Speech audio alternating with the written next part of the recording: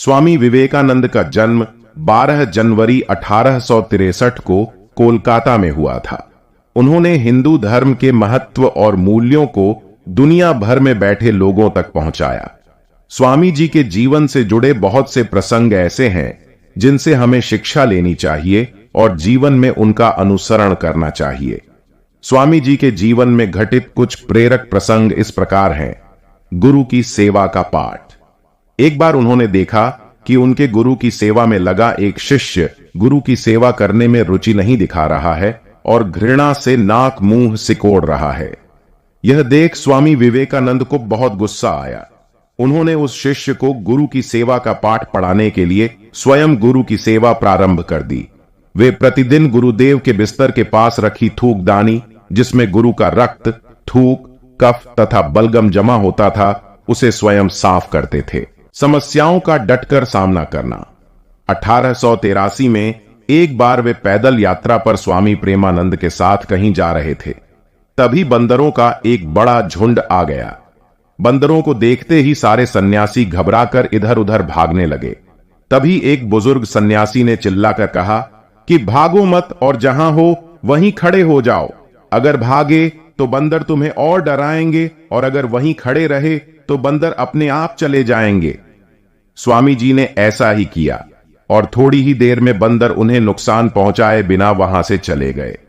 स्वामी जी ने इससे यह सीख ली कि समस्याओं से भागने की जगह उनका डटकर सामना करना चाहिए। कर्तव्य से विमुख न होना। विवेकानंद जी ने संन्यास तो ले लिया, लेकिन कर्तव्य के पथ से विमुख नहीं हुए। उन्होंने अपने परिवार की हमेशा मदद की। उनके चाचा के निधन के बाद चाची ने स्वामी जी के परिवार को उनके पैतृक घर से बाहर निकाल दिया था। स्वामी जी ने 14 वर्षों तक चाची के खिलाफ केस लड़ा था और फिर अपने जीवन के अंतिम शनिवार को 28 जून 1902 के दिन उन्होंने कुछ मुआवजा भरकर ये केस बंद करवा दिया। माता के सम्मान की सीख। एक बार एक युवक ने उनसे पूछा कि माता को इतना पूजनीय क्यों माना जाता है। स्वामी जी ने कहा कि तुम्हें इस बात का जवाब मैं 24 घंटे के बाद दूंगा, लेकिन तब तक तुम्हें मेरी एक बात माननी होगी।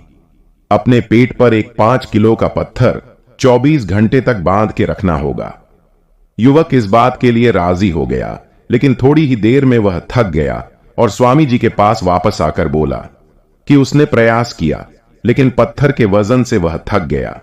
स्वामी जी ने उसे समझाया कि वह पत्थर का वजन 24 घंटे भी नहीं उठा पाया, जबकि एक मां अपने बच्चे को 9 महीने तक पेट में लेकर घूमती है और घर का काम भी करती है। इसीलिए मां को इतना पूजनीय माना जाता है। महिलाओं का सम्मान।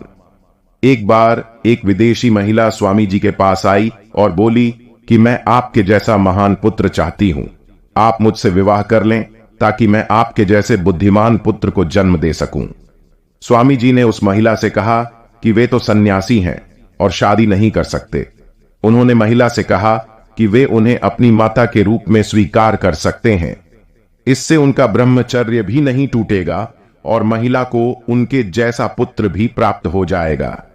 इस प्रकार स्वामी जी ने दुनिया को यह सीख दी कि सच्चा पुरुष वह होता है जो प्रत्येक स्त्री को माता के रूप में देखे। गुरु माता से विदेश जाने की आज्ञा।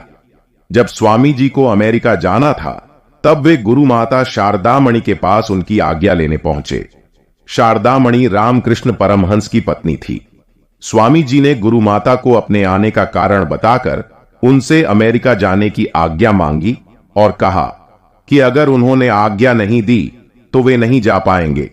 शारदामणि ने विवेकानंद जी से कहा कि सामने जो चाकू पड़ा है वह लाकर दो। स्वामी जी ने चाकू को नोक की तरफ से उठाया और गुरु माता को दे दिया। गुरु माता ने कहा कि तुम्हारे मन में हमेशा यह रहता है कि भूल से भी किसी को हानि न पहुंचे, इसलिए तुमने चाकू को मूठ की बजाय नोक की तरफ से उठाकर दिया। अगर तुम चाकू को मूठ की तरफ से उठाकर मुझे देते तो मैं तुम्हें अमेरिका जाने की आज्ञा नहीं देती। जाति और वर्ग के आधार पर भेदभाव न करना। 1888 में वे आगरा से वृंदावन जा रहे थे। रास्ते में उन्हें एक आदमी चिलम पीते हुए दिखा। उन्हें भी पीने की इच्छा हुई और उन्होंने उस व्यक्ति से चिलम मांग लिया। चिलम पीने वाला व्यक्ति सकपका गया। उसने कहा कि स्वामी जी, आप सन्यासी हैं और मैं वाल्मीकि समाज का हूं। मेरा झूठा चिलम आपको नहीं पीना चाहिए। यह सुन स्वामी जी एक बार तो वहां से जाने लगे। तभी उनके मन में ख्याल आया कि वे उस व्यक्ति का चिलम क्यों नहीं पी सकते हैं। क्या समाज लोगों में भेदभाव करने के लिए होता है? ऐसा मन में आते ही स्वामी जी ने उस आदमी का चिलम लिया और पीने लगे।